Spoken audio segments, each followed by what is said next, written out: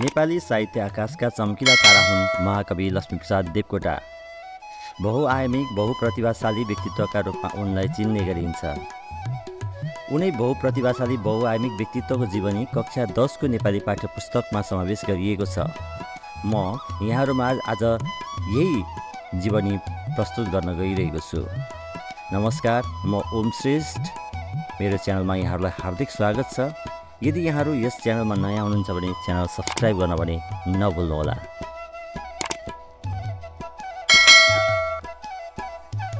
विराट प्रतिभाशाली र महान कवि लक्ष्मीप्रसाद देवकोटा नेपाली साहित्यका अतुलनीय योगदान दिने चिरस्मरणीय स्रष्टा हुन्। नेपालको प्रकृति, नेपाली धरती, नेपाली संस्कृति र नेपाली भाषा साहित्यलाई मुटुदेखि नै माया गर्दै साहित्य सिर्जना गर्ने देवकोटा नेपाली साहित्यका युग पुरुष हुन्।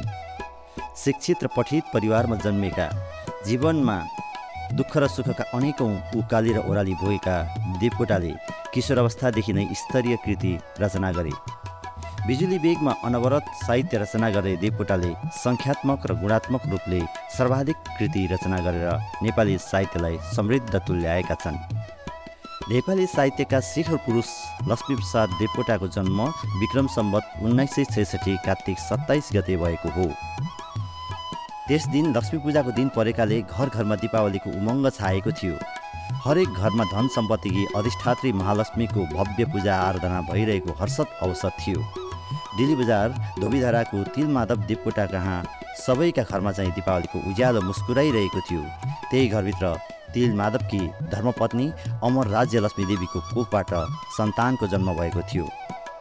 नवजात शिशुको जन्म नक्षत्र अनुसारको नाम तीर्थमाधव भए तापनि महालक्ष्मीको पूजाका दिन लक्ष्मीको प्रसाद स्वरूप प्राप्त भएको सुपुत्र ठानेर त्यस शिशुको नाम लक्ष्मीप्रसाद राखियो।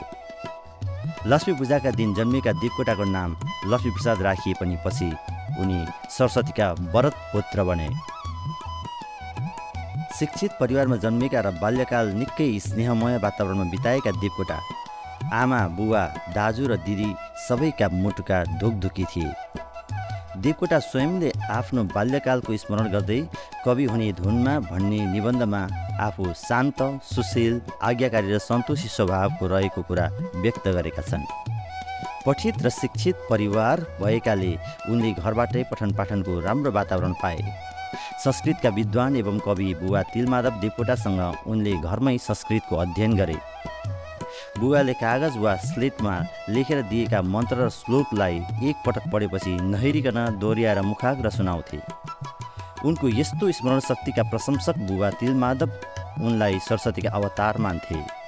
उनका बुवाको इच्छा उनलाई पण्डित बनाउने थियो, तर आफ्ना दाजु र आमाको प्रेरणाबाट उनमा अङ्ग्रेजी पढ्ने रहर पलायो अनि 11 वर्षको उमेरमा विक्रम सम्वत 1970 दरबार हाई स्कुलमा पञ्चम श्रेणी अर्थात् अहिलेको 6औँ कक्षामा भर्ना भए। त्यही अङ्ग्रेजी भाषाप्रतिको चासो र व्यङ्ग्य समेटेपछि उनले हाई अङ्ग्रेजी निबन्ध लेखेका थिए। युवा अवस्थामा देवकोटा बाल्यकालका झैँ दयालु, उदार र अति शिष्ट व्यक्तिका रूपमा चिनिन्थे।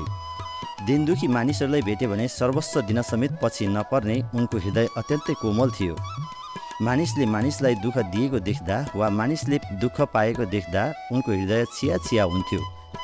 जातपातका दृष्टिले होस् वा धनी गरिबका दृष्टिले होस्, कसैलाई हेप्नुहुन्न भन्ने देवकोटा मानिसको सेवा नै ईश्वरको सच्चा सेवा र पावन पूजा हो भन्ने ठान्थे।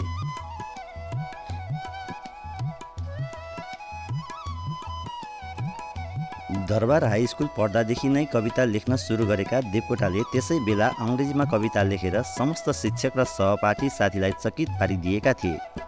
उनका कतिपय साथी देवकोटालाई आफ्ना दाजुलाई कविता लेख्न लगाएर आफैले लेखे जसरी सुनाउने भनेर आरोप लगाउँथे। उनले साथीहरूकै सामुन्ने धडाधड कविता लेख्दै र सुनाउँदै आरोप लगाउनेलाई नाजवाफ पारिदिन्थे। हुन पनि हो, कसैले आलोचना गर्यो भने त्यसको जवाफ कुराले होइन कामले दिन सक्नुपर्छ। साथीहरूकै अगाडि 15 मिनटमा दरबार स्कुल शीर्षकको कविता रचना गरी सुनाएपछि त साथीहरू उनकै समर्थक पो बन्न पुगे।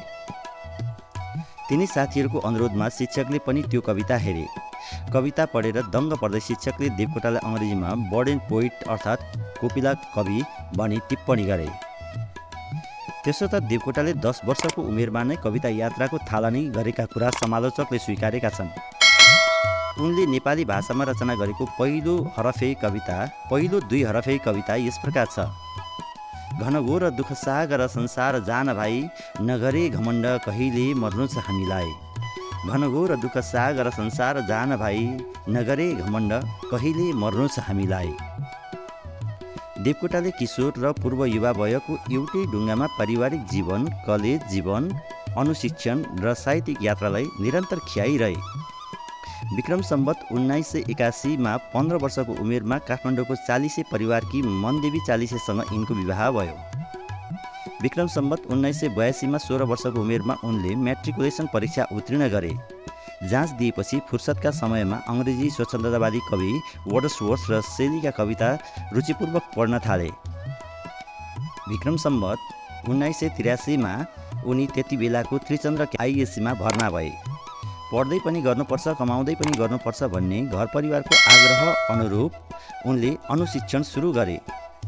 यही पेसाका कारण उनी कक्षामा नियमित उपस्थित हुन पाएनन्। यसबेला उनलाई कलेज जीवन र विज्ञान शिक्षाले भन्दा शेली, वाइडन र म्याथ्यू आर्नोल्डका कविताले तान्यो। विक्रम सम्वत 1985 मा उनले आइएससी परीक्षा उत्तीर्ण गरेपछि उनी त्यसभन्दा माथिल्लो कक्षामा विज्ञान नपढी अङ्ग्रेजी, अर्थशास्त्र र गणित विषय लिएर त्रिचन्द्र कलेजमै मानविकी तर्फको स्नातक तहमा भर्ना भए। उनले विक्रम सम्वत 1987 मा बिए उत्तीर्ण गरे। त्यस बेलासम्म 12 घण्टे अनुशिक्षणसँग जुधेर भए पनि केही गीत र कविता रचना गरिसकेका थिए।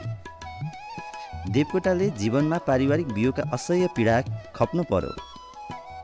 उनी 25 वर्षको हुँदा विक्रम सम्वत 1991 असार 24 गते उनले आमा अमर राजवीर लक्ष्मी देवीलाई गुमाउनु पर्यो।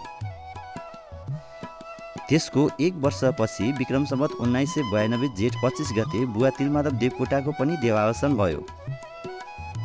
विक्रम सम्वत 1992 मै जन्मेकी लक्ष्मीप्रसाद देवकोटाकी माइली छोरीको जन्मेको 2 महिनामै मृत्यु भयो। यसरी देवकोटाले 25-26 वर्षको उमेरमा बुवा, आमा र छोरी गुमाउनु पर्दा उनको हृदय कति छिया भयो होला। उनको जीवनमा आइपरेका यस्ता कहाली लाग्दा पीडाले उनलाई कति विवल बनायो, तर पनि उनले साहित्य सिर्जना यात्रालाई अघि बढाइरहे। त्यसबेला उनले लेखेका रचनामा आफन्तको मृत्युबाट सृजित वेदनाका साथै प्रकृतिको स्वच्छन्द र भावमय वर्णन पाइन्छ।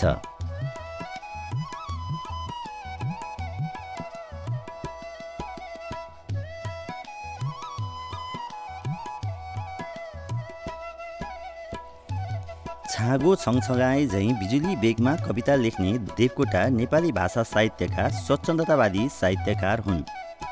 उनले विभिन्न साहित्यिक विधामा कलम चलाएका छन्। उनका शाकुन्तल, सुलोचना, महाराणा प्रताप, प्रमिथस आदि प्रसिद्ध महाकाव्य हुन्। उनले मुना मदन, कुञ्जिनी र लुनी जस्ता दर्जनौं खण्डकाव्य लेखे। उनले यात्री, पागल र प्रभुजी मलाई भेडो बनाऊ जस्ता सयौं कविता लेखे। उनले कविता विधामा मात्र आफ्नो कलमलाई सीमित गरेनन्। उनले लेखेका साह्रै गहकिला निबन्ध लक्ष्मी निबन्ध सङ्ग्रह डाडिमको रुख नेरमा सङ्कलित छन्। उनको एउटा सावित्री सत्यवान भन्ने नाटक र चम्पा उपन्यास समेत प्रकाशित छ। वास्तवमा उनले लगातार 4 दशकसम्म विभिन्न विधाका दर्जनौं साहित्यिक कृति रचना गरी नेपाली साहित्यलाई समृद्ध तुल्याए। जति बेला ताते गर्दै नेपाली साहित्य क्रमशः किशोर वयतिर चढ्दै थियो, ठिक त्यति बेला नेपाली साहित्यले उनको कलमको जादुमय स्पर्श पायो। त्यसपछि नेपाली साहित्यले विश्व साहित्यकै हाराहारीको प्रौढताको शिखर छुन पायो। उनी कुरा गर्दा गर्दै कविता लेख्न सक्थे। अझ भनौँ उनी कवितामा कुराकानी गर्न सक्थे।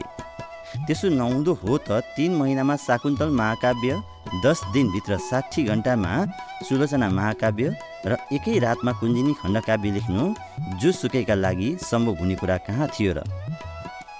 साहित्यमा देवकोटाका लागि भने असम्भव केही थिएन। बरु कविको नजरबाट अझै ओझेल परेको झ्याउरे छन्द अर्थात् लोक भाकालाई मुना मदन मार्फत देवकोटाले नै शिखरमा पुर्याएका थिए। आफ्नो जीवन अवधिमा उनले कविताका क्षेत्रमा 700 जति फुटकर कविताका साथै आधा दर्जन महाकाव्य रचना गरे। यिनै योगदानका कारण उनी नेपाली भाषा साहित्यमा सर्वोत्कृष्ट कविका रूपमा प्रख्यात छन्। प्रशस्त र गहकिला कविता, खण्डकाव्य, महाकाव्य जस्ता रचनाले गर्दा उनी महाकविका रूपमा सम्मानित छन्।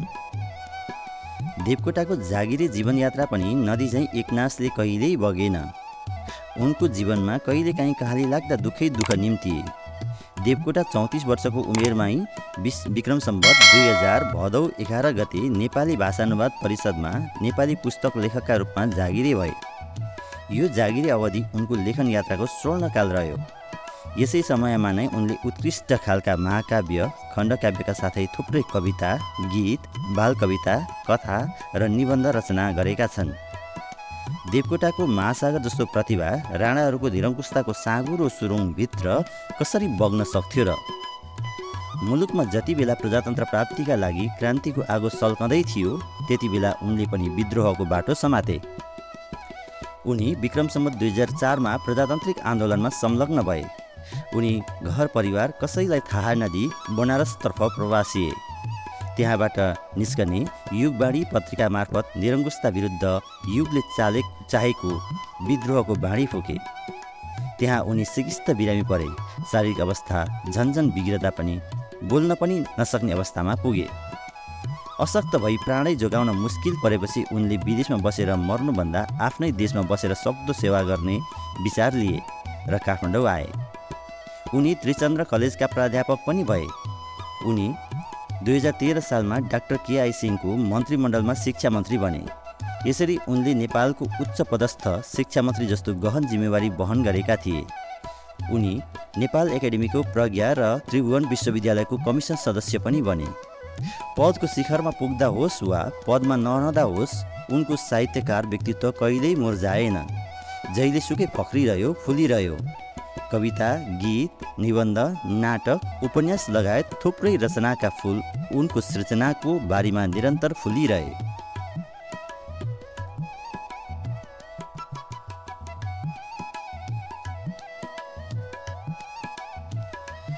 देवकोटाको साहित्यिक यात्रा र विचार सृजनात्मक प्रवृत्तिका दृष्टिले पनि आरोह अवरोहपूर्ण रह्यो। सुरुमा संसारलाई घनघोर दुःख सागर ठान्ने देवकोटाले मानव सेवालाई धर्म र कर्मलाई ईश्वरको पूजा ठान्दै भिखारी कवितामा मानवतावाद र कर्मवादको शङ्खनाद गरे। त्यस्तै जरुर साथी म पागल भन्ने पागल कविताका देवकोटा प्रभुजी मलाई भेड बनाऊ भन्ने कवितामा विद्रोही कविका रूपमा देखिन्छन्। खहरे झैँ गडगडाएर स्वच्छन्द बगीका शाकुन्तलका देवकोटा प्रेम, मानवता र उदारता प्रकट गर्ने मुना मदनका देवकोटाको भव्य र उदात्त रूप नेपाली साहित्यमा परिचित छ। कुनै बेला उनले उद्देश्य के लिनु उडी छुनु चन्द्र एक कविता लेख्दा धेरैले उनलाई तरङ्गी र लहडी भने, तर त्यो लहड नभई दूरदर्शिता थियो। जुन कुरा उनी दिवंगत हुनुभन्दा केही समय अघि रुसको रकेट चन्द्रलोक पुगेपछि प्रमाणित भयो। देवकोटाले जीवन भोगाइका क्रममा जे देखे, जे भोगे र जे अनुभूत गरे त्यसलाई आफ्ना कृतिमा उतारेको देखिन्छ। जीवन भोगाइका क्रममा देखे भोगेका यावत विषयवस्तुलाई विभिन्न सृजना मार्फत प्रस्तुत गर्नु नै उनको सृजना यात्रामा देखा परेको विविधता हो।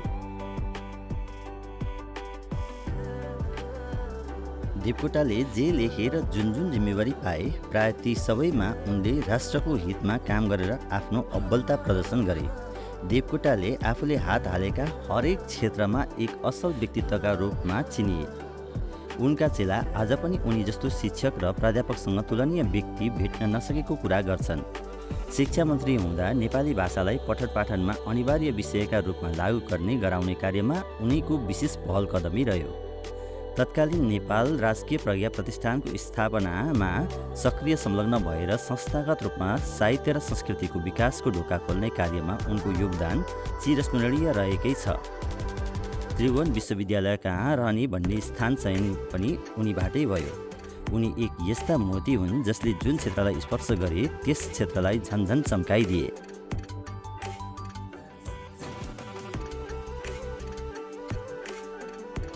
देवकोटालाई विभिन्न समयमा देश विदेश घुम्ने अवसर मिल्यो। उनले पाएको त्यो अवसर सिङ्गो नेपाल, नेपाली जनता र नेपाली साहित्यको गौरव वृद्धिको अवसर बन्यो। उनी जहाँ जहाँ पुग्थे त्यहाँ ओजस्वी भाषणद्वारा सबैलाई मन्त्रमुग्ध पार्थे। आफ्नै रचना तत्काल अङ्ग्रेजीमा अनुवाद गरी सुनाएर सबैलाई मन्त्रमुग्ध पार्ने क्षमताको प्रयोग पनि उनी गर्थे। यसरी उनले विश्व समुदायमा नेपाली जाति र भाषाको शिर उच्च पारेका थिए। विक्रम सम्वत 2015मा तत्कालीन सोभियत सङ्घमा भएको अफ्रो एसियाली लेखक सम्मेलनमा भाग लिन उनलाई निम्ता आयो। त्यस सम्मेलनमा उनले नेपाली भाषा साहित्यलाई विश्व सामु प्रभावकारी ढङ्गले चिनाए। भनिन्छ शारीरिक अस्वस्थताका कारण त्यस समारोहमा भाषण गर्नुअघि देवकोटालाई चिकित्सकको सल्लाहले रगत पनि चढाइएको थियो। उनले त्यहाँ भाषणको अन्त्यमा नेपाली साहित्य विश्व साहित्यसँगै हातेमालो गरेर अघि बढ्नेछ भन्ने कुरा सहभागीको हृदय हल्लाउने गरी सार्गर्भित पाराले यसरी व्यक्त गरेका छन्। हिउँको माझमा जन्मिएको हाम्रो साहित्य कहिल्यै पनि एउटै पर्वत श्रृङ्खलाको भुलभुलैयामा बिलाउने छैन। हाम्रो साहित्य पनि एउटै प्रभावमा सम्मिलित भएर एसिया तथा अफ्रिकालाई परिवेष्टित गर्ने साहित्यको असीम महासागरमा मिल्न पुग्नेछ। यस महासागरद्वारा सिंचित त्यो साहित्य पहिलेभन्दा अझ बढी सुन्दर र सम्पन्न बनेर जलबिन्दुका रूपमा फेरि हाम्रा पहाडमा नै बर्सनेछ। करिब 3 दशकसम्म नेपाली भाषा र साहित्यको सेवा गरेका देवकोटालाई क्यान्सर रोगले अचानक हमला गर्यो। एकातिर क्यान्सरको सहनै नसकिने पीडा र अर्कोतिर उपचारको आर्थिक सङ्कटले देवकोटालाई प्रताडित गर्यो। उनी लक्ष्मी पूजाको दिन जन्मे पनि जीवनभर उनलाई लक्ष्मीले भन्दा सरस्वतीले धेरै माया गरिन्। केही पैसा सरसापट गरेर उनी 2016 वैशाख 22 गते त्यति बेलाको शान्त भवन अस्पतालमा भर्ना भए। उनलाई थप उपचारका लागि कलकत्ता लानुपर्ने भयो। उनलाई विक्रम सम्वत 2016 असार 6मा उपचारका लागि कलकत्ता लगियो। कलकत्तामा 24 दिन बस्दा पनि उनलाई निको नहुने भएपछि काठमाडौँ फर्काइयो। समुद्र पारीका देशमा उपचार गर्ने खर्च उनीसँग थिएन।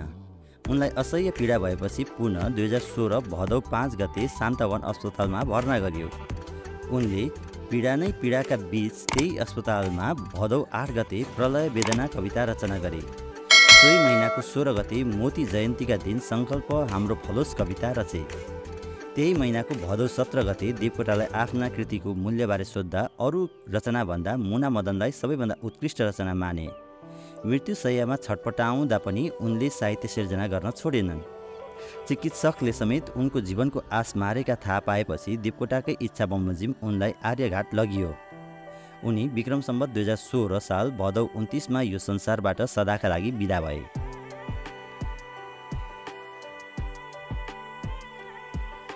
देवकोटाको कवित्व प्रतिभा, कविताको गुणात्मक मूल्य र सङ्ख्यात्मक योगदान आज पनि अद्वितीय रहेको छ। नेपाली कविताको अहिलेसम्मको यात्रामा प्रतिभा, रचना, परिमाण र उत्कृष्ट गुणस्तरका दृष्टिले देवकोटा सर्वोच्च कवि मानिएका छन्। देवकोटाको देवावसानपछि विक्रम सम्वत 2023मा नेपाल प्रज्ञा प्रतिष्ठानले देवकोटालाई मरणोपरान्त त्रिभुवन पुरस्कार प्रदान गरी सम्मानित गर्यो। विक्रम सम्वत 2065मा त्रिमूर्ति निकेतनको संयोजनमा नेपाल सरकारले देवकोटा जन्म शताब्दी भव्य रूपमा आयोजना गर्यो। काठमाडौँ मैतीदेवी स्थित देवकोटाको निवासलाई नेपाल सरकारले देवकोटा सङ्ग्रहालय बनाएर विक्रम सम्वत 2079 असोज 14 देखि कार्यान्वयनमा ल्याइसकेको छ। देवकोटाका कृति र उनको कृतित्व विषयमा दर्जनौं विद्यावारिधि अनुसन्धान भइरहेका छन्। महान कवि एवं विलक्षण प्रतिभाशाली देवकोटाले जनस्तरबाटै महाकविको पदवी पाए। उनको पार्थिव शरीर यस धरतीमा नरहे पनि उनी आफ्ना अमूल्य कृतिमा अनवरत बाँचेका छन् र अमर बनेका छन्। यस सामग्रीलाई अन्त्यसम्म सुनेर साथ दिनुभएकोमा यहाँहरूलाई धेरै धेरै धन्यवाद र आगामी दिनमा पनि यस्तै सामग्री सुन्न र हेर्न चाहनुहुन्छ भने यस च्यानललाई सब्स्क्राइब गर्न पनि नभुल्नुहोला। नमस्कार।